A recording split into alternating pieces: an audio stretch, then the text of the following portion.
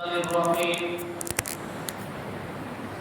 يا أيها الذين آمنوا قوا أنفسكم وأهليكم نارا وقودها الناس والحجارة عليها ملائكة غلاظ شداد لا يعصون الله ما أمرهم ويفعلون ما يؤمرون۔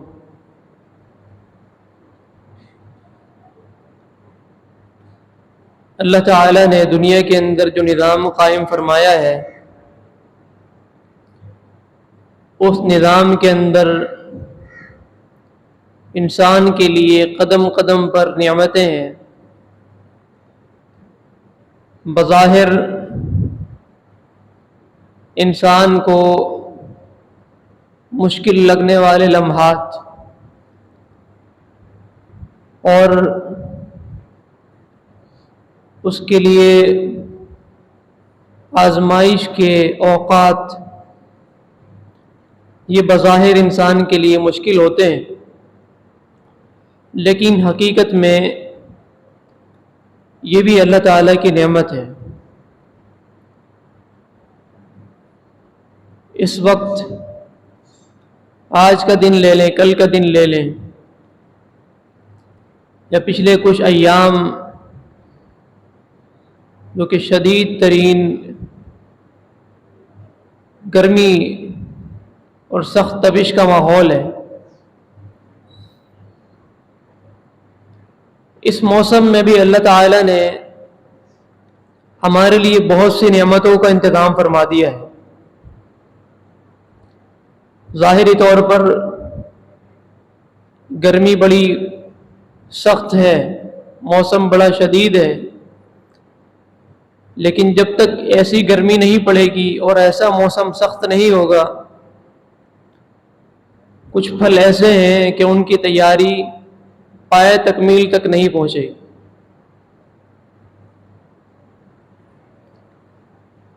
اللہ تعالیٰ کی کچھ نعمتیں ایسی ہیں جو انسان اس گرمی کے بغیر حاصل نہیں کر سکے گا۔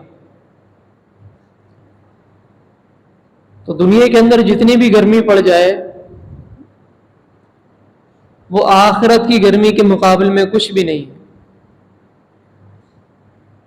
اشتکت النار الى ربها فقالت یا رب اکل بعضی بعضا۔ صحیح بخاری میں آتا ہے کہ جہنم نے ایک بار اللہ تعالیٰ کے آگے گزارش کی، ایک شکایت کی کہ اے میرے رب، میرا بعض حصہ بعض کو کھانے لگا ہے، یعنی میرے اندر گرمی اور تپش اتنی زیادہ ہو گئی ہے کہ میرا بعض حصہ بعض حصے کو کھانے لگا ہے۔ فَأَذِنَ لَهَا بِنَفَسَيْنِ نَفَسٍ فِي الشِّتَاءِ وَنَفَسٍ فِي الصَّيْفِ۔ تو اللہ تعالیٰ نے جہنم کو دو سانس لینے کی اجازت دی، ایک سانس وہ باہر نکالتی اور ایک سانس اندر لیتی۔ فَأَشَدُّ مَا تَجِدُونَ مِنَ الْحَرِّ وَأَشَدُّ مَا تَجِدُونَ مِنَ الزَّمْهَرِيرِ۔ نبی صلی اللہ علیہ وسلم فرماتے ہیں، جب وہ سانس اندر لیتی ہے تو تم دنیا کے اندر جو سردی محسوس کرتے ہو اس کے اندر سانس لینے کی وجہ سے ہوتی ہے، اور جب وہ سانس باہر نکالتی ہے تو دنیا کے اندر جو تم گرمی محسوس کرتے ہو وہ جہنم کے باہر سانس نکالنے کی وجہ سے ہوتی ہے۔ اس حدیث پر ہمارا ایمان ہے، اور اس کے اندر جو جو بات کہی گئی ہے وہ ایک اٹل حقیقت ہے۔ بعض لوگوں نے یہ کلام کیا ہے کہ جہنم نے اللہ کے آگے شکوہ کیسے کیا؟ کوئی کسی سے بات کرے تو اسی وقت کر سکتا ہے جب اس کی زبان ہو، اس کے ہونٹ ہو، اس کے دانت ہو۔ جہنم کی تو نہ دانت ہے، نہ ہونٹ ہے، نہ زبان ہے، تو یہ کیسے ممکن ہوا؟ تو یہ سب انسان کی ضرورت ہے کہ اسے بات کرنے کے لیے ہونٹ چاہیے، زبان چاہیے، اللہ تعالیٰ کی ہر مخلوق کے لیے ایک ہی قاعدہ اور قانون اور کلیہ نہیں ہے. ان اللہ علی کل شیء قدیر، اللہ تعالیٰ ہر چیز پر قادر ہے. اس نے جہنم کو یہ طاقت عطا فرما دی، قوت گویائی عطا فرما دی، بولنے کا طریقہ سکھا دیا. کیا آپ وہ حدیث نہیں جانتے؟ اللہ کے نبی صلی اللہ علیہ وسلم فرماتے ہیں انی لأعرف حجرا، میں ایک پتھر کو جانتا ہوں جو نبوت سے پہلے مجھے سلام کیا کرتا تھا. میں جب گزرتا تھا اس پتھر کے پاس سے تو وہ پتھر مجھے سلام کیا کرتا تھا. اب وہ دنیا کے اندر وہ پتھر ہے، نہ اس کے ہونٹ ہے، نہ زبان ہے، اور نہ اس کے دیگر وہ لوازم ہیں جو انسان کو کلام کرنے کے لیے چاہیے ہوتے ہیں، لیکن پھر بھی وہ کلام کر رہا ہے. تو اللہ تعالیٰ نے اس کو یہ طاقت عطا فرما دی. پیارے پیغمبر علیہ الصلوۃ والسلام فرماتے ہیں، بلکہ صحابہ بیان کرتے ہیں کہ اللہ کے نبی علیہ الصلوۃ والسلام ایک عصا کا سہارا لے کر جمعہ پڑھایا فرماتے، جمعے کا خطبہ دیا کرتے تھے ایک عصا کا سہارا لے کر. پھر اللہ کے پیغمبر علیہ الصلوۃ والسلام نے ایک ممبر بنوایا. جب آپ اس ممبر پر تشریف لائے اور اس عصا کو چھوڑا تو وہ عصا رونے لگ گیا. صحابہ کہتے ہیں کہ ہم نے اس کے رونے کی آواز سنی. یہ صحیح حدیث ہے. پھر نبی صلی اللہ علیہ وسلم نے اس کو گلے لگایا اور وہ ایسے خاموش ہو گیا جیسے کوئی بلکتا ہوا بچہ اپنی ماں کے پاس آ کر خاموش ہو جاتا ہے. تو اللہ تعالیٰ نے جہنم کو یہ طاقت عطا فرما دی. تو وہ سال میں 2 سانس لیتی ہے اور اسی کا یہ نتیجہ ہوتا ہے کہ کبھی دنیا کے اندر گرمی محسوس ہوتی ہے اور کبھی سردی محسوس ہوتی ہے. اور یہ بات ایک اور حدیث سے مزید واضح ہو جاتی ہے. پیارے پیغمبر علیہ الصلوۃ والسلام نے فرمایا اذا اشتد الحر فابردوا بالصلاۃ، جب تپش بہت زیادہ ہو جائے، گرمی بہت زیادہ ہو جائے تو فابردوا بالصلاۃ، نماز کو ٹھنڈا کر کے پڑھو. فإن شدت الحر من فیح جہنم، اس لیے کہ گرمی کی شدت، گرمی کی جو تپش ہوتی ہے وہ جہنم کے سانس لینے کی وجہ سے ہوتی ہے، جہنم کی بھاپ سے ہوتی ہے. تو یہ دنیا کی جس تپش کو، جس گرمی کو ہم برداشت نہیں کر پا رہے، تو قیامت کے دن کی اور جہنم کی تپش اور سختی کیسی ہوگی؟ یہ ہمارے لیے نصیحت ہے. اور یہ سارا موسم انسان کو دعوت فکر دے رہا ہے کہ اگر اس گرمی کو برداشت نہیں کر سکتے اور اس گرمی کے ہوتے ہوئے نصیحت حاصل نہیں کر رہے، اپنی آخرت کی فکر نہیں کر رہے، تو اس آگ کی تپش کو اور جہنم کی آگ کو کیسے برداشت کرو، جس کی صرف حرارت تمہیں جھلسا دے رہی ہے، تمہیں بیمار کر دے رہی ہے، تمہارے اندر ضعف اور کمزوری پیدا کر رہی ہے. قیامت کا دن ہوگا، سورج 1 میل کے فاصلے پر ہوگا جو سورج آج کروڑوں میل دور فاصلے پر ہے. موازنہ کر لیں آپ، دنیا کے اندر تو مکانات ہیں، محلات ہیں، درخت ہیں، سایہ ہے. یوم لا ظل الا ظل، قیامت کے دن صرف ایک سایہ ہوگا اور وہ اللہ تعالیٰ کے عرش کا سایہ ہوگا، اور پورا چٹیل میدان ہے. وَيَسْأَلُونَكَ عَنِ الْجِبَالِ فَقُلْ يَنْسِفُهَا رَبِّي نَسْفًا فَيَذَرُهَا قَاعًا صَفْصَفًا لَا تَرَى فِيهَا عِوَجًا وَلَا أَمْتًا.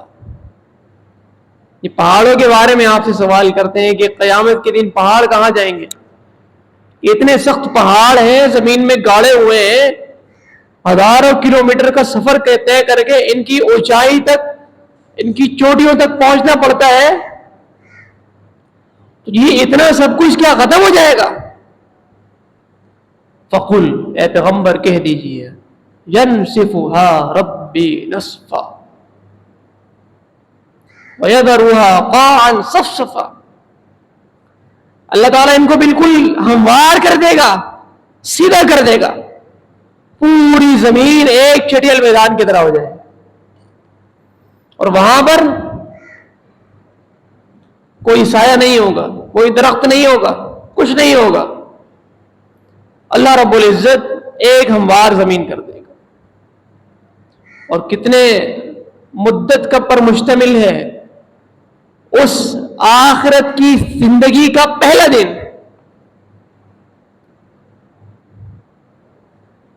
فی یوم کان مقدارہ 50,000 سنہ, جس کی مقدار 50,000 سال ہے. ایک دن 50,000 سال کا. تصور کریں اس حرارت کے اندر انسان کو 50,000 سال گزارنے, اور اس میں بڑے سخت ترین مراحل ہیں. بالخصوص 3 مراحل انسان کے لیے بڑے ہی سخت ہوں گے. 3 مراحل ایسے ہوں گے کوئی کسی کو یاد نہیں رہے. سیدہ عائشہ رضی اللہ تعالیٰ عنہ نے سوال کیا تھا نا, اللہ کے رسول, کسی کا کوئی لباس نہیں ہوگا, ہر ایک برہنہ ہوگا, ننگے بدن ننگے پیر, تو کیا بے پردگی نہیں ہوگی؟ کیا لوگ ایک دوسرے کی طرف دیکھ کر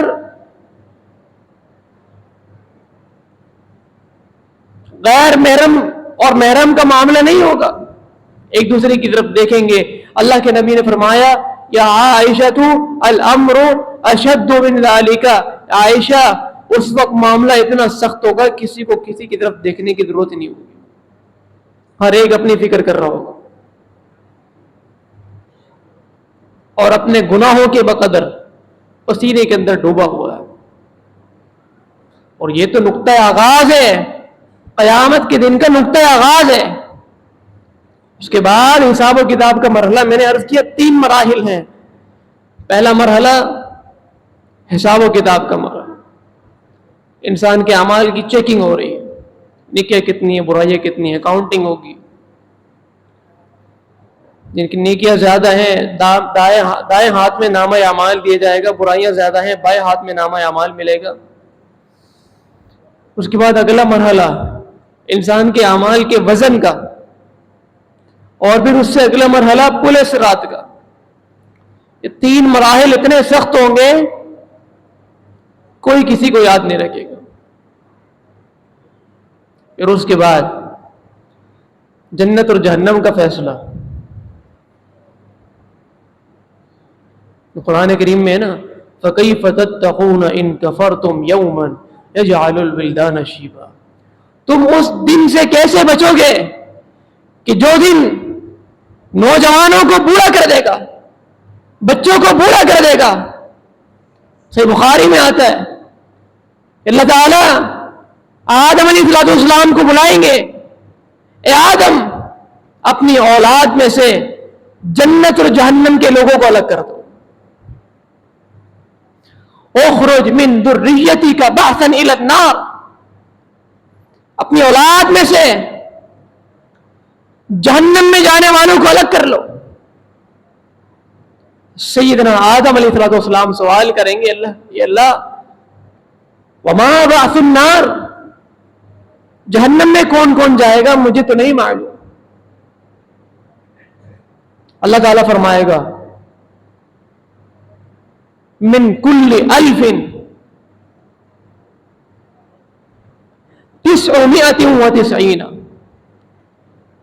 من کل 1999, ہر 1000 میں سے 999 نکالو, الگ کرو, وہ سب جہنم میں جائیں گے, 1000 میں سے ایک جنت میں جائے گا.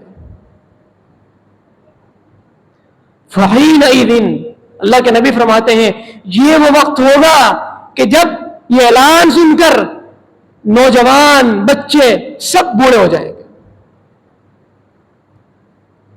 1000 میں سے 999 جہنم میں جائیں گے اور 1 جنت میں جائیں گے. صحابہ کرام پھوٹ پھوٹ کر رونے لگے. اللہ کے رسول ہمارا کیا بنے گا؟ پھر اللہ کے نبی نے ان کو تسلی دی کہ جی ہاں، جو جہنم میں جانے والے ہوں گے ان میں ایک غالب تعداد یاجوج اور ماجوج کی ہوگی.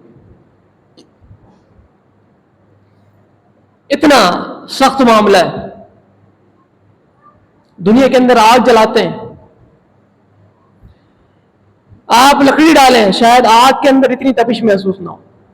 آگ کے اندر جو بھڑک اٹھتی ہے، جو شدت پیدا ہوتی ہے، آگ بھڑکتی ہے، وہ شاید لکڑی ڈالنے سے اتنی نہیں بھڑکتی جتنا مٹی کا تیل یا پیٹرول ڈالنے سے بھڑکتی. حالانکہ لکڑی کا حجم زیادہ ہوتا ہے، لکڑی بڑی ہوتی ہے اور پیٹرول تھوڑا سا ڈالا جاتا ہے. فرق کیا ہوتا ہے؟ فرق یہ ہے کہ ایندھن ہونے میں جو اثر پیٹرول کا ہے وہ لکڑی کا نہیں ہے.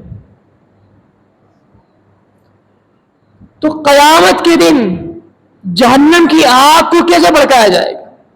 اس کا ایندھن کیا ہوگا؟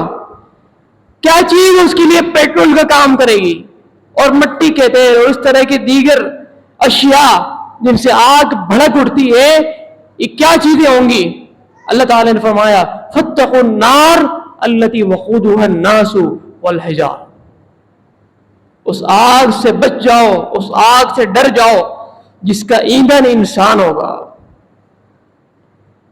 انسان کے جہنم میں ڈالتے ہی، جہنم میں جاتے ہی یہ آگ بھڑک اٹھے گی. اس میں اور حرارت پیدا ہو جائے گی، شدت پیدا ہو جائے گی. اور کیسی آگ ہے وہ؟ اللہ کے نبی فرماتے ہیں نارکم ہذہ التی یوقد ابن آدم جزءا من 90 جزءا من نار جہنم جزءا من 70 جزءا من نار جہنم. جو دنیا کے اندر تم آگ جلاتے ہو، یہ جہنم کی آگ کا 70واں حصہ ہے.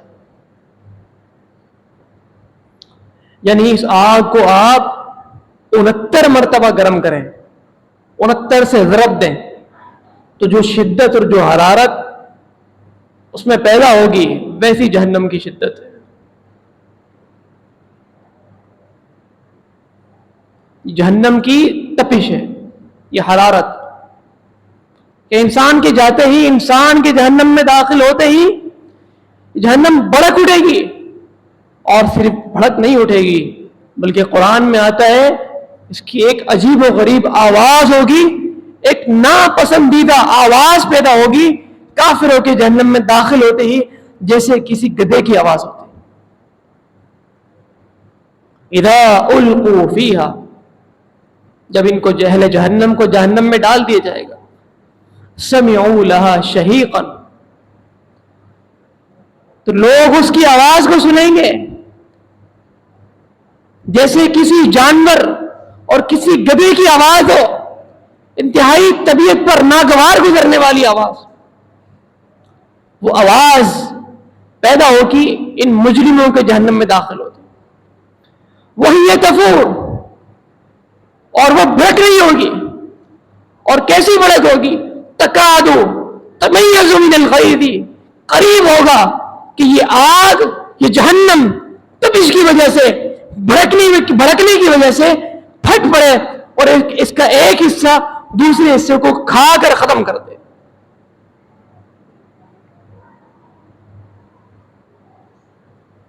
اس آگ کی شدت ہے.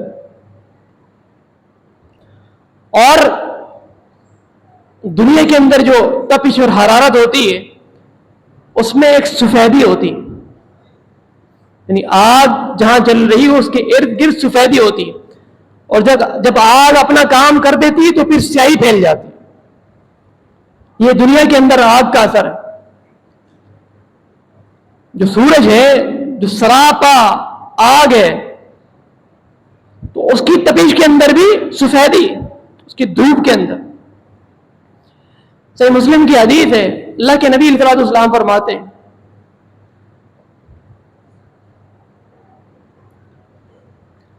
کہ جہنم کی آگ کو بھڑکایا گیا، 1000 سال اس کو بھڑکایا گیا. جب اس کو 1000 سال بھڑکایا گیا تو وہ آگ سرخ ہو گئی. اس کو پھر بھڑکایا گیا، 1000 سال مزید بھڑکایا گیا. پھر اس کے بعد وہ آگ سفید ہو گئی. وہ جہنم بھڑک کر اور جل جل کر سفید ہو گئی. اس کو پھر بھڑکایا گیا، اس کے بعد وہ سیاہ ہو گئی، اور اب پورا جہنم گھپ سیاہی میں ڈوبا.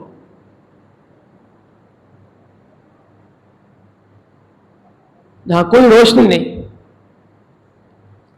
سیاہی سیاہی، ہر طرف سیاہی پھیلی. صحیح بخاری میں اللہ کے نبی علیہ السلام فرماتے ہیں جب قیامت کے دن سب معاملات ہو جائیں گے، اہل جنت جنت میں چلے جائیں گے، اہل جہنم جہنم میں چلے جائیں گے، تو جہنمیوں کے جہنم میں جانے سے پہلے جو پل صراط قائم ہوگا وہ جہنم کے اوپر قائم ہوگا. اور ریشے جہنم کیسی سخت ہے، کیسی تپش ہے، وہ ساری تفصیل آپ کے سامنے واضح ہو چکی. اور سیاہی ہے یہاں پر. اب انسان کو نور کی ضرورت ہے، جو یہاں پر نور لے کر جائے گا اس پل صراط پر، جو بال سے زیادہ باریک ہے، تلوار سے زیادہ تیز ہے، اور ہر ایک نے عبور کرنا ہے.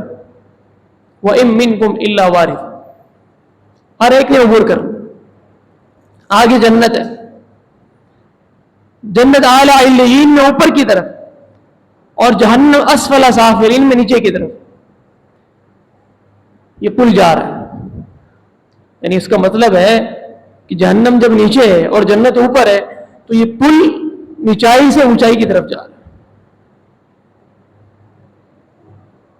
اب جنت کا یہی راستہ ہے. فَمِنْهُمْ وَالنَّاسُ عَلَيْهَا كَالطَّرَفِ وَكَالْبَرَقِ وَكَأَجَاوِيدِ النَّخْلِ وَالْخَيْلِ.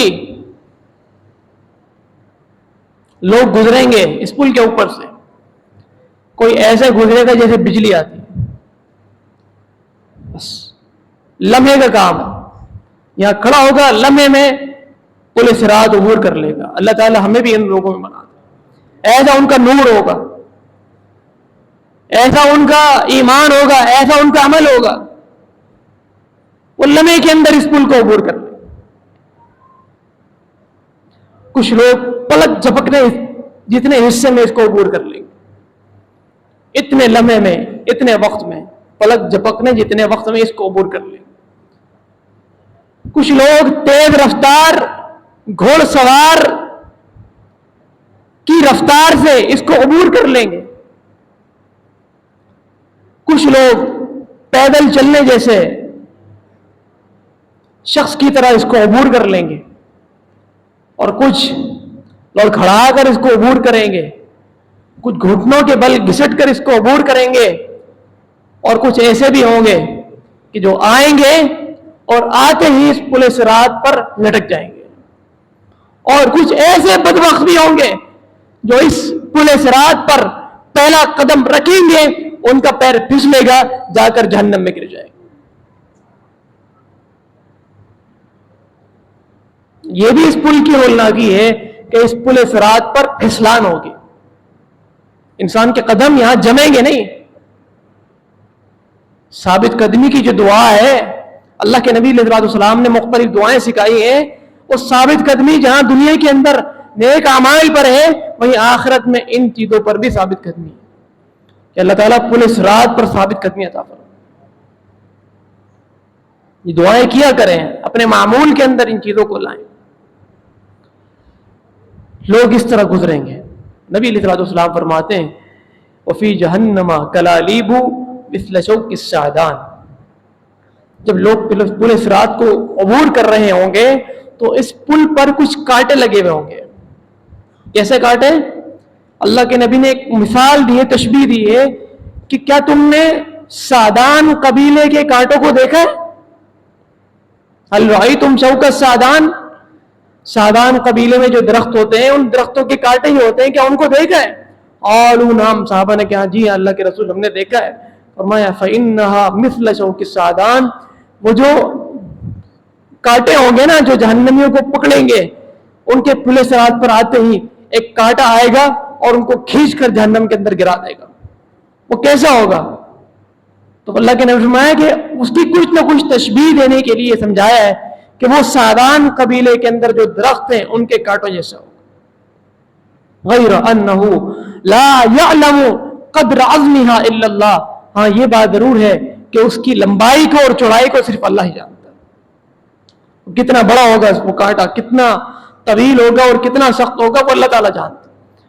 اگر آپ آج کل کے دور کے اندر یہ تشبیہ سمجھنا چاہیں کہ وہ کانٹا کیسا ہوگا تو آپ جیسے گوشت فروش حضرات ہوتے ہیں تو جن کنڈوں کے اندر، جن کانٹوں کے اندر وہ گوشت کو اس کو لٹکایا جاتا ہے اس کو، تو وہ اس طرح کے کانٹے جہنم کے اندر ہوں گے۔ پہلے گوشت کے اندر اس کو ڈال کر کھینچا جاتا ہے پھر اس کو لٹکا دیا جاتا ہے، تو کس طرح کنڈے نما کانٹے ہو جہنم کے اندر ہوں گے اور وہ اہل جہنم کو جا کر اچک لیں گے اور اچک کر ان کو جہنم کے اندر پھینک دیں گے۔ خوب سیاہی اندھیرا ہے اور کتنی وسعت ہے اس جہنم کے اندر، کتنی زیادہ بڑی ہے یہ جہنم۔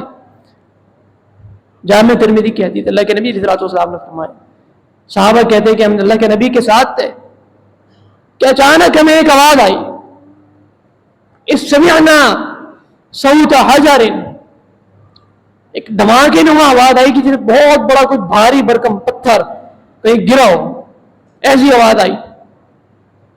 تو اللہ کے نبی علیہ الصلوۃ والسلام نے فرمایا کیا جانتے ہو یہ کس چیز کی آواز ہے؟ تمہیں معلوم ہے کس چیز کی آواز آئی ہے؟ اللہ کے نبی نہیں جانتے۔ فرمایا کہ یہ وہ پتھر جو آج جہنم میں جا کر گرا ہے، یہ وہ اس پتھر کی آواز ہے جس کو آج سے 70 سال پہلے جہنم کے اندر پھینکا گیا تھا۔ 70 سال پہلے جہنم کے اندر اس پتھر کو لڑکایا گیا، پھینکا گیا اور آج جا کر وہ جہنم کے اندر اس کی تہ میں جا کر گرا۔ اتنی گہرائی ہے اس جہنم کی، آگ ہی آگ سے بھری ہوئی سیاہی۔ میرے بھائیوں، اس آگ سے ہم اتنا ڈرتے ہیں جو اس سے 69 درجے ہلکی ہے، تپش میں کم ہے، حرارت میں کم ہے، اس تپش کو برداشت نہیں کر پا رہے، تو قیامت کی سختیوں کو اور جہنم کی سختیوں کو کیسے برداشت کریں؟ کیا ہمارا وجود اس آگ کو برداشت کر سکتا ہے؟ ہرگز نہیں کر سکتا۔ ثم لا يموت فيها ولا يحيا، آگ تو ایسی ہے کہ 2 یا 3 سیکنڈ کے اندر انسان کے پورے جسم کو پگھلا کر راکھ کر کے ختم کر کے رکھتے، لیکن اللہ تعالیٰ اہل جہنم کو یہ عذاب دے گا ثم لا يموت فيها ولا يحيا، پھر وہ مریں گے بھی نہیں، ان کا وجود پھر بنے گا، پھر گلے گا، پھر بنے گا، نہ مریں گے نہ جی سکیں گے، موت اور زندگی کی درمیانی کیفیت میں رہیں گے۔ کتنی سخت اور کتنی ہولناک ہے، انسان کو عبرت اور نصیحت حاصل کرنے کے لیے ساری تفصیلات۔ لقد انزلنا الیکم کتابا فیہ ذکرکم، پورے جمعے کے خلاصے کے طور پر 2 باتیں عرض کرنا چاہوں گا۔ سورۃ الانبیاء کے اندر اللہ نے فرمایا ہم نے تم میں ایسی کتاب نازل کر دی ہے جس میں تمہارا ذکر، لقد انزلنا الیکم کتابا فی ذکرکم، یقیناً تم میں ایسی کتاب بھیجی ہے جس میں تمہارا ذکر موجود ہے۔ اب ہمارا ذکر کہاں ہے، میرا ذکر کہاں ہے، آپ کا ذکر کہاں ہے؟ اس کتاب کو پڑھیے، کھولیے اور اپنے آپ کو چیک کرتے جائیے، اہل جہنم کے اندر بھی دیکھتے جائیے، اہل جنت میں بھی دیکھتے جائیے۔ اگر ہمارا شمار ایسے اعمال کرنے والوں میں ہے جو اعمال اہل جنت کے ہیں تو پھر خوشخبری ہے، اور اگر ہمارا شمار ان لوگوں میں ہے کہ جو اوصاف اہل جہنم کے بیان کیے گئے تو پھر یقین کیجئے اس سے بڑا خسارہ اور کوئی نہیں ہے۔ جنت کے اندر تو ایسی نعمتیں ہیں کہ انسان تصور نہیں کر سکتا. اصل مرحلہ کیا ہے کہ جہنم سے انسان بچا لیا جائے, اس تبش سے, اس حرارت سے بچا لیا جائے. فمن زحزح عن النار وادخل الجنت فقد فاز. جو جہنم سے بچا لیا گیا اور جنت میں داخل کر دیا گیا, یقیناً وہ کامیاب. یعنی انسان کی جو پہلی ترجیح ہونی چاہیے وہ یہ ہے, اللہ تعالیٰ مجھے جہنم سے بچا لے. جنت کا داخلہ اہل جنت کو مل ہی جانا, لیکن جہنم سے نجات یہ پہلی ترجیح. سیدنا عمر بن خطاب رضی اللہ تعالیٰ عنہ, آخری وقت چل رہا ہے, آخری وقت ہے, اور کچھ لوگ آ کر ان کی تعریفیں کر رہے ہیں کہ آپ نے تو بڑی پیاری زندگی گزاری ہے, اللہ کے نبی کی صحبت اختیار فرمائی, اور اس کے بعد آپ کو خلافت ملی, آپ نے بڑی عظیم فتوحات حاصل کی ہیں, آپ کے دور میں اسلام غالب رہا. ساری باتیں ان کی تعریفات کرتے رہے. فرمایا نہیں, میں یہ چاہتا ہوں کہ بس قیامت کی دن برابری کے ساتھ چھوٹ جاؤں, نہ مجھے لینا ہو نہ مجھے دینا ہو. یہی میرے لیے کافی ہے. کتنی عظیم شخصیت جن کو دیکھ کر شیطان اپنا راستہ تبدیل کر لے گا, لیکن فکر کیسی ہے جہنم سے نجات کی کہ بس جہنم سے بچ جاؤں, جنت کا داخلہ اللہ تعالیٰ دے دے گا. اللہ اپنی رحمت فرمائے گا اور جنت کا داخلہ عطا فرما دے گا, لیکن جہنم سے محفوظ ہو جاؤ. یہ صحابہ کرام کی فکر تھی, اور یہی ہمیں قرآن کریم نے تعلیم دی ہے. یا ایھا الذین آمنوا, اے ایمان والو, قوا انفسکم واہلیکم نارا, اپنے آپ کو بھی جہنم سے بچاؤ اور اپنے اہل و عیال کو بھی جہنم کی آگ سے بچاؤ. لہذا میرے بھائیو, اپنے آخرت کی زندگی کو بہتر بنانے کے لیے اس دنیا کے اندر جتنی تکالیفیں, آزمائشیں ہیں, ان کو برداشت کرنے کی عادت بنائیے, یہ مزاج بنائیے, اور ہر موقع پر یہی دعا کرتے رہیے, اللہم اجرنی یا اجرنا من النار, اللہم اجرنی من النار. اگر واحد ہے, اکیلے ہیں, تو یہ دعا کریں. اگر اجتماعی دعا کرنا چاہیں تو اللہم اجرنا من النار, اللہ ہمیں جہنم کی آگ سے محفوظ فرما لینا. اللہ تعالیٰ عمل کی توفیق عطا فرمائے. اقول قولی هذا واستغفر الله لي ولكم واخر دعوانا ان الحمد لله رب العالمين.